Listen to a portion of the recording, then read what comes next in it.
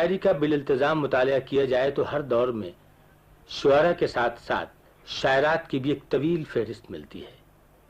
یہ اور بات کہ بہت کم محققین اور ناقدوں نے ان کا ذکر کیا یا ان کی تاریخ مرتب کی۔ قدیم تذکروں میں حکیم فصیح الدین رنج کا تذکرہ بہارستان ناز ملتا ہے، اور اس کے بعد درگا پرساد نادر سرہندی دہلوی کا تذکرہ گلشن ناز اور چمن انداز ہیں۔ یہ تذکرے 12ویں صدی ہجری میں شائع ہوئے۔ ان تذکروں کے مطالعے سے بعض ایسی نعتوں کا بھی سراغ ملتا ہے جو خواتین نے کہی ہیں۔ ان خواتین میں نواب اختر محل بیگم اختر کا نام بہت اہم ہے۔ بیگم اختر محل کا تعلق خاندان تیموریہ سے تھا، 1293 ہجری تک زندہ رہیں۔ سماعت فرمائیے سرور کونین کی بارگاہ میں نواب اختر محل بیگم کی نعتیہ تزمین۔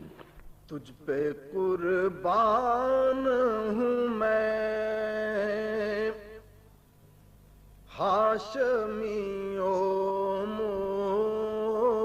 مطلبی،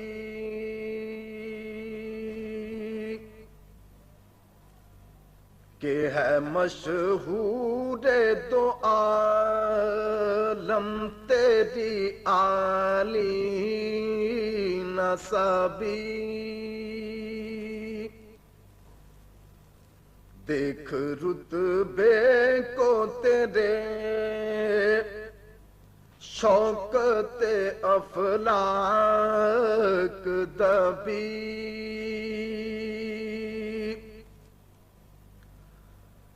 مرحبا سید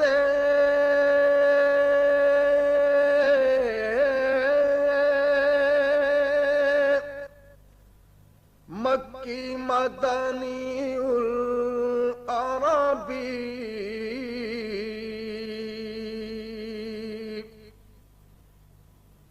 دل و جاں باد فدایت عجب خوش لقبی، دل و جاں باد فدایت عجب خوش لقبی،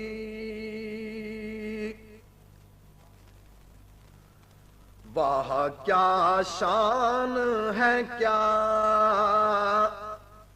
رتبہ ہے اور کیا درجہ،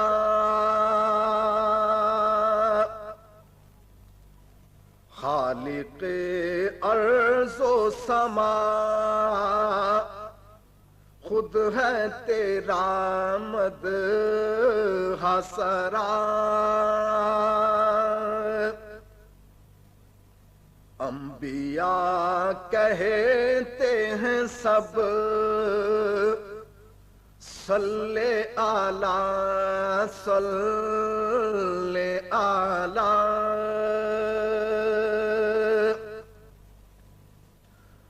نسبت نیست بذات تو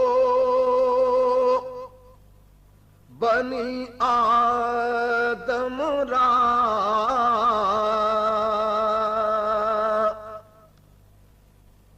نسبت نیست بذات تو بنی آدم را،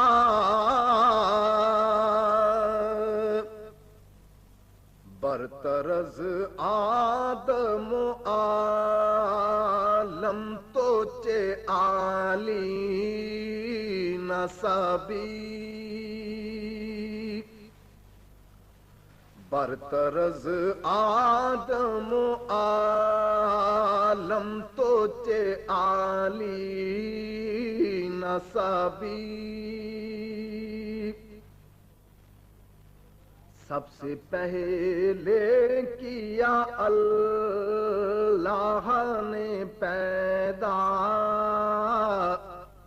تیرا نور، پردائے نور کو اللہ نے رکھا مستور، اور اس نور کا اظہار ہوا جب منظور، ذات پاک تو دری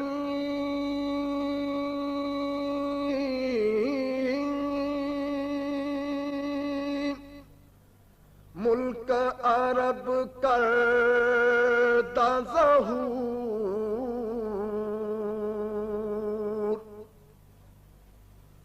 ذات پاک تو دری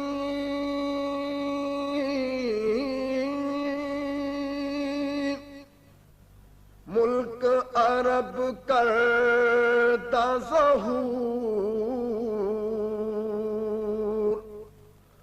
زاں سبب آمدہ قرآن بزبان عربی، زاں سبب آمدہ قرآن بزبان عربی۔